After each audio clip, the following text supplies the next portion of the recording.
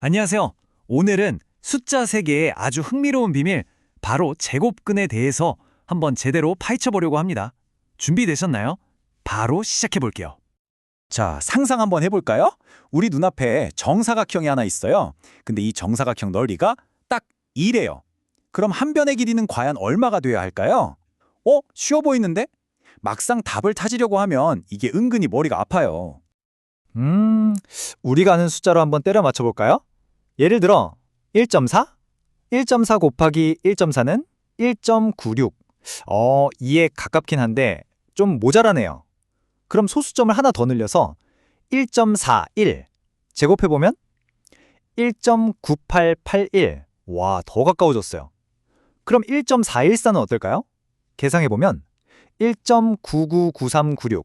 와, 진짜 거의 다 왔는데 아슬아슬하죠. 근데 이게 재밌는 게 아무리 소수점을 끝도 없이 늘려도요, 정확히 딱 2가 되는 순간은 영원히 안 와요. 그러니까 우리가 보통 쓰는 숫자로는 이 길이를 완벽하게 표현할 방법이 없는 거죠.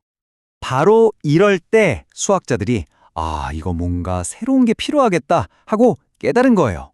우리가 아는 숫자들만으로는 해결이 안 되니까 이 빈틈을 메워줄 아주 특별한 도구가 필요했던 거죠. 그리고 그 도구가 바로 제곱근입니다. 개념은 진짜 간단해요. 어떤 수 x를 제곱해서 a가 되면 그 a를 a의 제곱근이라고 부르자. 이렇게 약속한 거예요. 자, 그럼 아까 그 문제로 돌아가서 넓이가 2인 정사각형의 한 변의 길이는? 그렇죠. 제곱해서 2가 되는 수가 되는 거죠. 이걸 기호로 멋지게 루트 2, 우리가 루트 2라고 부르는 걸로 쓰는 겁니다. 와, 문제가 깔끔하게 해결됐네요.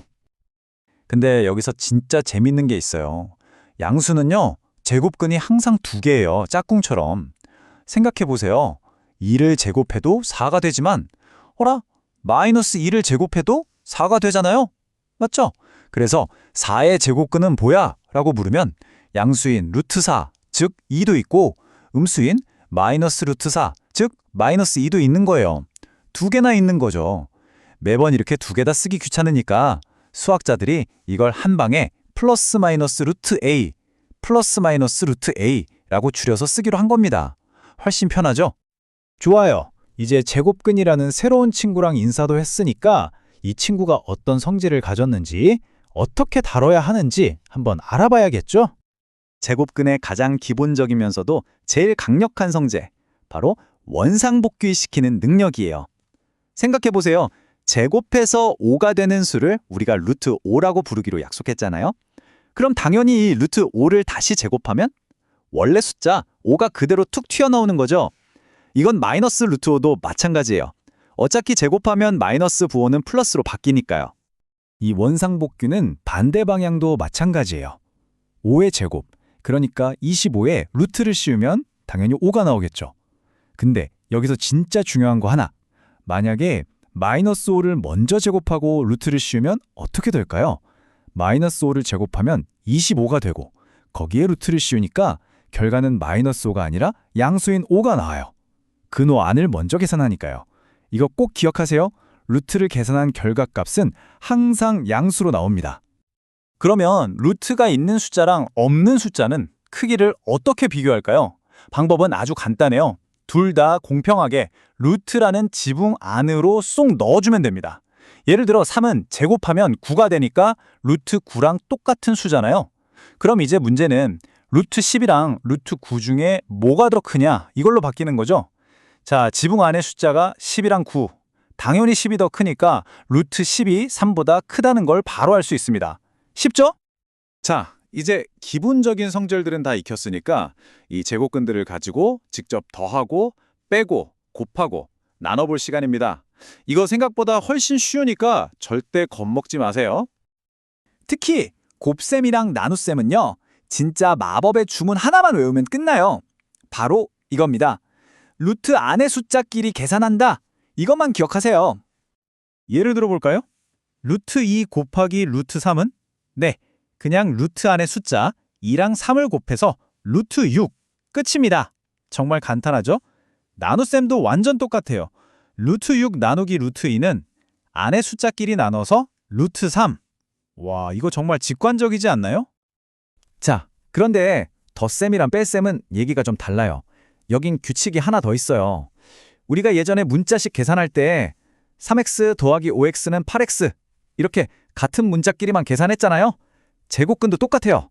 3루트 2 더하기 5루트 2는 저루트 2라 하나의 문자 x처럼 생각하는 거예요. 그래서 3 플러스 5 루트 2, 즉 8루트 2가 되는 거죠. 여기서 제일 중요한 건 뭐다?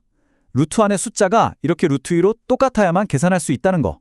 만약에 루트 2 더하기 루트 3이다? 이건 그냥 그게 끝이에요. 더 이상 계산 못합니다. 자, 이제 거의 다 왔습니다. 마지막으로 수학의 매너라고 할 수 있는 식 간단히 하기에 대해 알아볼게요.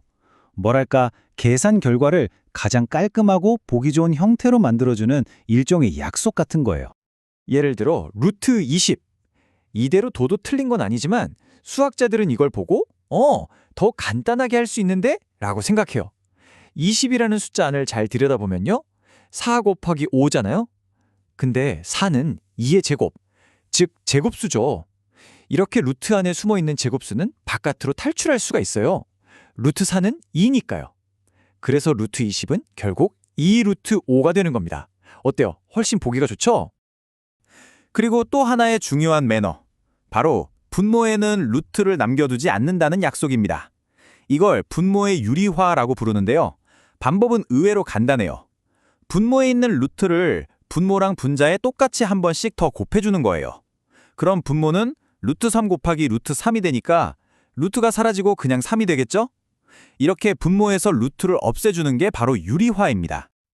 자, 그럼 오늘 배운 내용 핵심만 딱딱 짚어볼까요?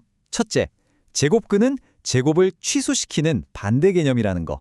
둘째, 곱하기 나누기는 루트 안에서 자유롭게, 하지만 더하기 빼기는 루트 안의 숫자가 똑같은 같은 편끼리만 가능하다는 거. 이게 제일 중요해요. 그리고 마지막으로 루트 안에 제곱수가 숨어 있으면 밖으로 꺼내주고 분모에 루트가 있으면 없애주는 수학적 매너까지. 이 정도만 기억하시면 됩니다. 오늘 우리는 제곱근 덕분에 우리가 알던 유리수로는 표현할 수 없었던 루트 2 같은 새로운 수의 세계를 살짝 엿봤습니다. 그럼 이런 생각도 해볼 수 있지 않을까요? 어쩌면 이 넓은 수학의 세계에는 지금 우리가 상상조차 하지 못하는 완전히 새로운 종류의 숫자들도 어딘가에 숨어서 우리를 기다리고 있는 건 아닐까요?